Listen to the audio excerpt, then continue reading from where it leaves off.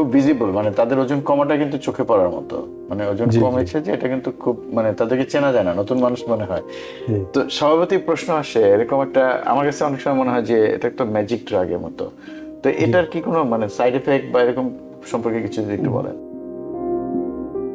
তবে আমার ডিরেকশন সাধারণত, যেহেতু আমরা একটু গুরুতর হৃদরোগীদের নিয়ে ডিল করি, তাদের বেলায় আবার 10 পাউন্ড ওজন গেইন করাটা একটা মারাত্মক আরো ঝুঁকি। ঝুঁকিপূর্ণ একটা আচরণ হবে।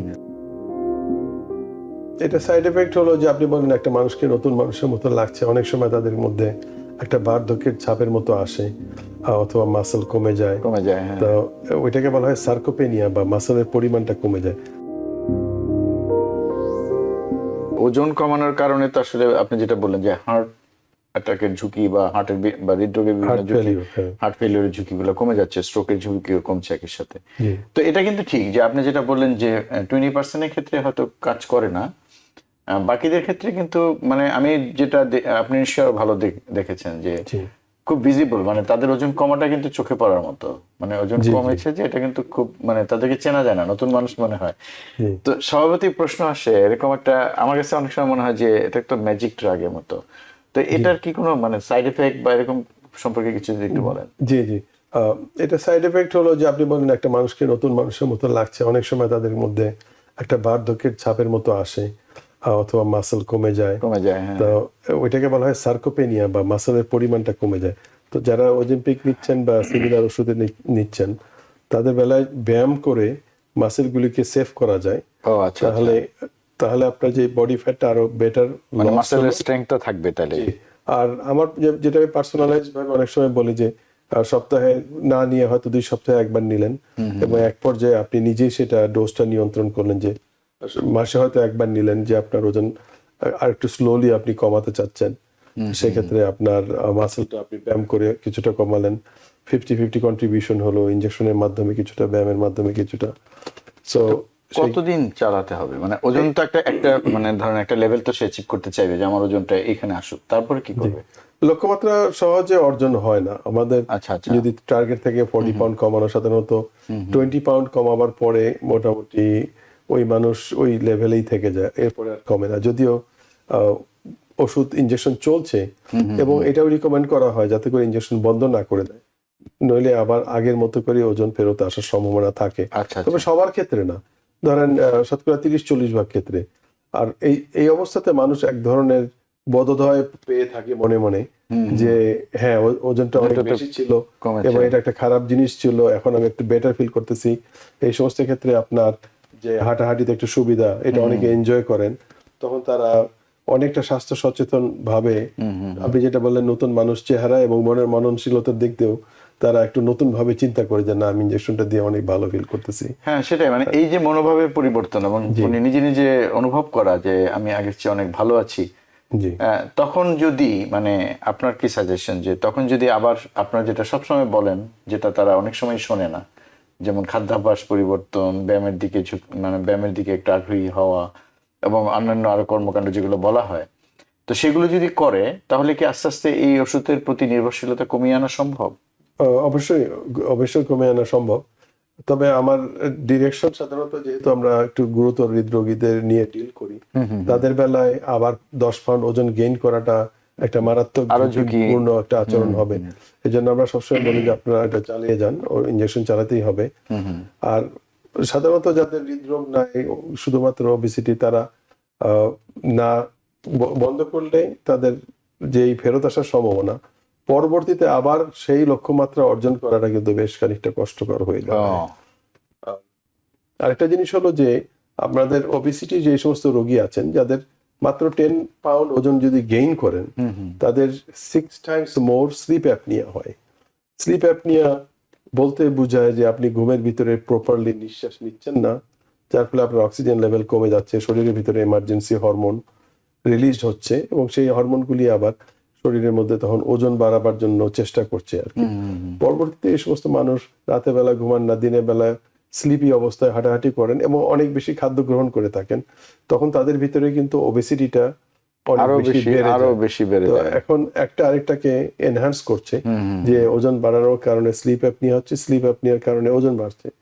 তার মানে তারা দিনের বেলা অনেক পরিমাণে মানে সেটাই, খাদ্য মানে গ্রহণ করে আছেন। ওজন বাড়ার কারণে স্লিপ অ্যাপনিয়া হচ্ছে, ঘুমের সমস্যা হচ্ছে, এবং সারাদিন ঝিমুচ্ছে এবং বেশি বেশি খাচ্ছে, আবার ওজনও বাড়ছে। জি, এই তার মানে চক্র এটা থেকে তো বেরিয়ে এটা তো আর একটা মানে নতুন একটা সমস্যার মধ্যে পড়ে চক্রের যাচ্ছে। মতো। জি, তো এটা থেকে এই ইনজেকশনের মাধ্যমে আপনি যদি একবার মুক্তি নিতে পারেন, তো পরবর্তীতে সেই ইনজেকশনটা আসলে বন্ধ করে দেওয়াটা বিপজ্জনক বলে আমি মনে বিপজ্জনক করি। হতে পারে। আচ্ছা, তো আরেকটা জিনিস, পুরোনো কথায় যদি আবার একটু বলেন যে ওবিসিটি আসলে শুধু হার্টের তো সমস্যা না, আর কি কি ঝুঁকি তৈরি করে আমাদের শরীরে? জি, ওবেসিটিকে ম্যাগনিফায়ার হিসেবে ধরা হয়, যে আপনার অলরেডি যাদের ঝুঁকি রয়েছে সেই ঝুঁকিগুলিকে অনেক বেশি দূর এগিয়ে নিয়ে যায়। যেমন কোলেস্ট্রল বেশি, ট্রাইগ্লিসারাইড বেশি, ডায়াবেটিস বেশি, এর মধ্যে আবার যদি ওবেসিটি হয়, তা পুরো সবগুলি রিস্ক ফ্যাক্টরকে আপনার ইন্ডিভিজুয়ালি 10-20 গুণ বেশি বাড়িয়ে দিচ্ছে। এটা কিন্তু 10-20% না, 10-20 গুণ। তার মানে আমরা দেখতেছি যে হাসপাতালের ভিতরে একদল বাঙালি রোগী বসে আছে, অথবা অনেক সময় শুনি যে বেলভিউ হাসপাতালের শতকরা 50% বাইপাসের রোগী হলো বাঙালি। তা এটা একটা দুঃখজনক জিনিস যে সারা বিশ্ব থেকে যত আসছে তার অর্ধেক হলো আমাদের দেশি লোক। বাইপাস সেটাই, মানে আর এমন না যে এই শহরের বেশিরভাগ মানুষই আমরা, জি, জনসংখ্যার দিক থেকে তো তাই না। সেই ক্ষেত্রে আমাদের যে নিরীহ ভাবে আমরা যে হঠাৎ করে প্রাচুর্যের মধ্যখানে পড়ে গেলাম, এবং যার ফলে নির্বিচারে খাদ্য গ্রহণ, এবং এই ফলশ্রুতিতে আমরা কিন্তু বিভিন্ন এমার্জেন্সি রুমের মধ্যে ভিড় করছি হৃদরোগ নিয়ে। তা এখন এটার থেকে রেহাই পাওয়ার জন্য যে সচেতনতা, সেটা হয়তো আমাদের ধীরে ধীরে হবে, কোনো এক সময় আসবে। সেটাই। জি, কিন্তু এই ওবেসিটির কারণে তো মানে শুধু যে হৃদরোগ তাই না, মানে আমরা অনেক সময় তো কিছু ক্যান্সারের কথা শুনি। জি হ্যাঁ, ক্যান্সারের ভিতরে বলা যেতে পারে ব্রেস্ট ক্যান্সারের সবচেয়ে কমন রিলেশনশিপ আছে মেয়েদের বেলায়। ব্রেস্ট ক্যান্সার অনেক বেশি হচ্ছে, এরপরে কোলন ক্যান্সার আছে, অনেকে বলে কিডনি ক্যান্সার বা লিভারের ক্যান্সার, ফ্যাটি লিভার থেকে সিরোসিস অফ লিভার হয়ে আবার লিভার ক্যান্সার, যেটা ওইটা একটা ওয়ান ওয়ে রাস্তার মতো। প্রথমে নর্মাল লিভার, তারপরে ফ্যাটি লিভার, তারপরে কি বলে প্রিসিরোটিক স্টেজ। এই তিনটা পর্যন্ত কিন্তু আবার ব্যাক টু নর্মালে আসা যায়। যখন আপনি সিরোটিক ফেজে গেলেন তখন আর আসা যাবে না, তারপরে আপনার লিভার ক্যান্সার হওয়ার সম্ভাবনা ব্যাপকভাবে বেড়ে গেল। তার মানে মানে বোঝা যাচ্ছে যে ওবেসিটি কে কেন্দ্র করে মানে কিন্তু অনেকগুলো সমস্যা কিন্তু আমাকে আঁকড়ে ধরছে, জি, এবং তা থেকে অনেক সময় বেরিয়ে আসাটা কঠিন। এবং আমরা জানি যে ওবেসিটির একটা লেভেল আছে, একটা পর্যায়ে গেলে সেটা অনেক সময় ব্যায়াম ট্যাম করেও আসলে কমানোটা কঠিন হয়ে যায়। জি, এবং আপনি যেটা প্রথম থেকেই বলছেন একটা কথা, যে আমাদের খাদ্যাভ্যাস এবং যেসব খাবারের প্রতি আমাদের বিশেষ আগ্রহ এবং আমাদের ব্যায়ামের প্রতি ঠিক ততই অনাগ্রহ মিলিয়ে কিন্তু আমরা ক্রমশ সেই ঝুঁকির মধ্যেই আছি এবং সেদিকেই থাকছি ক্রমান্বয়ে।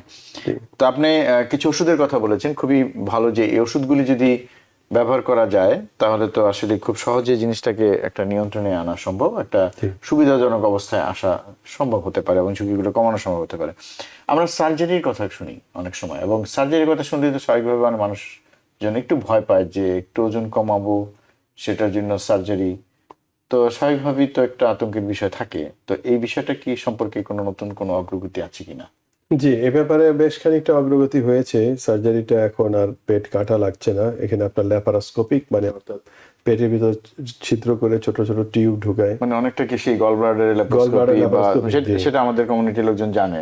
জি, সো এই দুইটা আমরা গ্যাস্ট্রিক স্লিভ এবং ROUXNY টাইপের সার্জারি, যেগুলি খুব অল্প সময়ের মধ্যে করা যায় জি, এবং বেশ খানিকটা ওজন কমাতে পারে। সেক্ষেত্রে আপনার অনেকে বলছে 30%, অনেকে বলছে 50% পর্যন্ত আপনি ওজন কমাতে পারবেন এই ধরনের সার্জারির মাধ্যমে। এবং এই ব্যারিয়াট্রিক সার্জারিগুলিকে সবচেয়ে সেফেস্ট সার্জারি হিসেবে দেখা হয়, যে আপনার ঝুঁকি অপারেশন করার সময় হৃদরোগে আক্রান্ত হওয়ার বা স্ট্রোকে যাওয়ার, কার্ডিয়াক অ্যারেস্ট হওয়ার সম্ভাবনা সবচেয়ে কম। তো এই সার্জারিতে কেন ওজন কমবে, মানে ঘটনাটা কি ঘটে ভিতরে? এখানে আপনার অনেক সময় স্টমাকের সাইজ ছোট করে দেওয়া হয়, যার ফলে খাওয়ার সাথে সাথে আপনার স্টমাকের ওয়ালের মধ্যে সামান্য যখন একটু ডিস্টেনশন হয় তখন সিগন্যাল চলে যায় ভ্যাগাস নার্ভের মাধ্যমে মগজে, যে হ্যাঁ, যে আমরা পেট ফুলে ভর্তি হয়ে গিয়েছে, তখন আর খাওয়ার প্রতি আগ্রহ চলে যায়, মানে খাওয়ার পরিমাণ কমে যায়। তখন খাওয়ার পরিমাণ, তাতে কি ম্যালনিউট্রিশন হওয়ার ঝুঁকি থাকে? না, যেহেতু আমাদের শরীরের মধ্যে অনেক বেশি পরিমাণে ক্যালোরি অলরেডি রয়ে গিয়েছে, আচ্ছা আচ্ছা, সেই কারণে আর আপনার সেটা তখন অ্যাপ্রোপ্রিয়েট অ্যামাউন্টেই নিউট্রিশন আমাদের শরীরে যাচ্ছে। এছাড়াও যারা সার্জারি করছেন পরবর্তীতে তাদের সে সমস্ত রোগীদেরকে বেশ পর্যবেক্ষণের ভিতরে রাখা হয়, যাদের ধরেন ভিটামিন ডেফিসিয়েন্সি বা আয়রন ডেফিসিয়েন্সি, এইগুলি সাপ্লিমেন্ট দিয়ে তাদেরকে মোটামুটি কন্ট্রোলের ভিতরে, মনিটরিং এর ভিতরেই তাদের। আচ্ছা, আরেকটা মানে আমি জানি না এটা মানে উত্তরটা কিভাবে দিবেন, মানে স্টমাকের সাইজটা কতটুকু কমাবো সেটাও তো আসলে সার্জন রোগীর অবস্থা বিবেচনা করে নির্ধারণ করবেন, তাই তো? জি, সেটা রোগীর সাথে ওনারা ডিসকাশন করেন। সাধারণত ব্যারিয়াট্রিক সার্জারির জন্য যখন অ্যাপয়েন্টমেন্ট করা হয় তখন 4টা সেশন থাকে সার্জারি করার আগে, কমপক্ষে 4টা, অনেক সময় 5টা সেশন থাকে। এর মধ্যে প্রাথমিক পর্যায়ে নিউট্রিশনিস্ট, ডায়েটিশিয়ান এরা আসে, অনেক সময় সাইকিয়াট্রিস্ট আসে, অনেক সময় এক্সারসাইজ ফিজিওলজিস্ট আসে, বলে যে আপনি এইভাবে খাওয়া দাওয়া করেন, এইভাবে একটু ব্যায়াম করেন। সবগুলি যখন দেখা যায় যে রোগী এগুলো করার পরেও আর পারছে না, যে তাদের আসলে ওজন কিছুই কমছে না, কারণ একটা ক্রিটিক্যাল পর্যায়ে আপনার বিএমআই যখন 35 পৌঁছায় যায় তখন আপনার এটা আপনার কন্ট্রোলের ভিতরে নাই। আসলে সাধারণত কোনো মানুষ ওখান থেকে না মানে আর ফেরত আসতে পারে না। মানে তার মানে হচ্ছে যেটা বলছিলাম যে বিএমআই 35 হয়ে গেলে তখন আসলে ওজন কমানোটা খুবই কঠিন। ইনজেকশনের মাধ্যমে, ব্যায়াম অথবা ডায়েটিং এর মাধ্যমে কমানো, এটা একটা অসম্ভব লেভেলে চলে যায়। নিউ ইয়র্ক থেকে সম্প্রচারিত TVN 24 টেলিভিশন বিশ্বজুড়ে বাঙালির কণ্ঠস্বর।